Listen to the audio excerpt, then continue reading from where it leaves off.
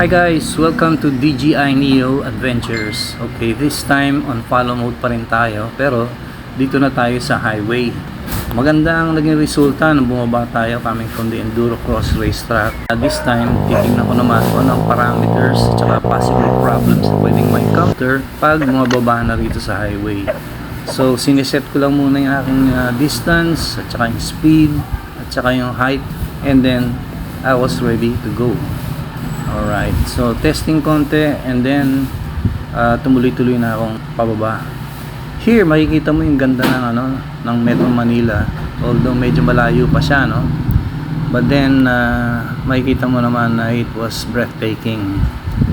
Alright, so slowly tayo bumababa, take the curve. Medyo worried ako sa mga curve, no? Kasi pagka nawala yung straight line, pwedeng huminto yung drone. And there you go.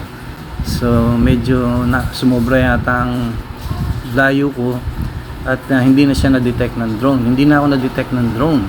Kaya nadali-dali akong bumalik at para sunduin.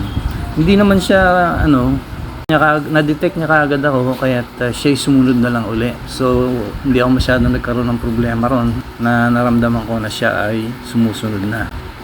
So again, palagi ko hindi ko naging problema yung speed, no? Nagkakasundo kami sa speed, except that yung setup ko na 6 meters masyado na palang malayo para sa kanya.